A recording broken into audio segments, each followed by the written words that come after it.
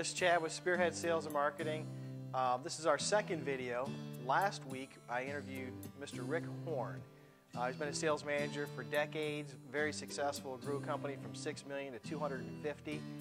And we sat down and I asked him some questions about what made salespeople more successful than others. So I brought my notes. He told us three things last week. He said top performers know how to build rapport. Some people are just gifted with that. Some people learn how to do it over time, but it's a fundamental. The second thing he said was that they focus on the right relationships. Makes all the sense in the world, right? The third thing he said is that top performing salespeople understand their role and they understand the role of marketing. That's what I want to pick up on today and introduce a model to you to help us understand that a little bit more. As salespeople, Rick continued on to say, in today's world, there's so many more tools. So we have social media, we have blogging, we have email, of course, and text messaging, all sorts of technology today that we haven't had for decades. And all of a sudden, in the last 5 to 10 years, it's just kind of culminated into all these tools. So it raises the question, what is the role of sales in using these tools? What is the role of marketing? So to kind of answer that, and where I want to go with this, is I want to introduce a model, okay? This is from the book, Roger Martin wrote a book called The Design of Business, and he goes on to talk about design thinking and all that sort of thing. But what I want to get out of that book is that we can think about how we run our business from a design point of view. So if we could design the perfect business model, what would that look like if we started with a blank sheet of paper? And as a salesperson or sales professional, you can certainly understand that there's been times in your career, especially in early business development stages, where you lean heavily on intuition. You're really just going with the gut. You feel like there's a market for a product. You feel like there's an innovation that makes sense, and you're kind of going with that. There's other parts of your career, and probably where you've made the most money, where you get beyond intuition. You actually have a lot of experience in a market, you know a lot of people, and you have a track record for success that just continues to multiply. The third level of this concept is that you break it into systems.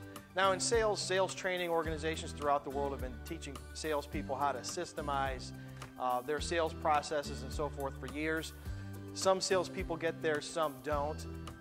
Quite often what we see here is companies that really scale will take what top performing salespeople have done and break those things into systems that inside sales, customer service, and other people might then perform. The reason I bring all this up and bring some complexity to this is because we need to really get back to that question. What's the role of marketing? What's the role of sales? And if you think about salespeople, you know, leveraging social media, internet, email, and really not to forget traditional marketing channels as well, what's their role in using those tools? And to kind of keep it simple, if you remember what Rick said last week, he said the goal to using these tools, to using marketing in general from a salesperson's point of view, is really to have warm calls, not cold calls. So we're trying to help figure out at what point here do we engage a marketing specialist. And the same model would apply. So there's marketers out there that are exploring these new channels, video like we're doing today, text alerts, text messaging, social media interaction, social media listening, and they're using their gut at a certain level to kind of get into it. And then once they have some experience, they're kind of working their way down through this funnel and it's becoming a little more concrete, but they're still using an awful lot of rule of thumb. And then at some point, they're going to break this down into a system. So for example, mass email, constant contact, MailChimp, that sort of thing, that's been out for a long time. And we really don't see a lot of marketers struggling with using these tools anymore. There's really simple systems that entry-level operators can jump on and use. Now, the issue is, at what point does a salesperson, wrestle with all these tools directly themselves or turn it over to a marketing person? And I'm going to draw a line, and we'll highlight it here for you and summarize it and jump into this more next week. I want you to think about it this way. As a salesperson, you can communicate one-on-one very effectively. You can even communicate to 2, 3, 4, 5 people at a time very effectively, maybe in a sales presentation or a discovery meeting, that sort of thing. That is a sales communication.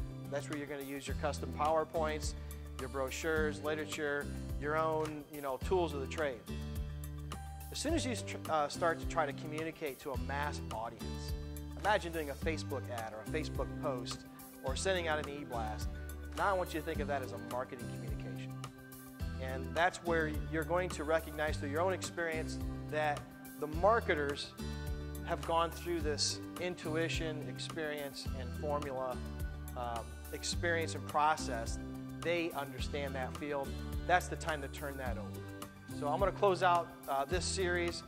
Just to summarize, we wanted to introduce thinking about our business from a design point of view, thinking about our experience as sales professionals, that we know that we've gained a certain level of expertise over the years that helps us as sales professionals. Marketers have done the same. And the third main point is to just realize when it's a sales communication versus a marketing communication. That's all for today. Thank you.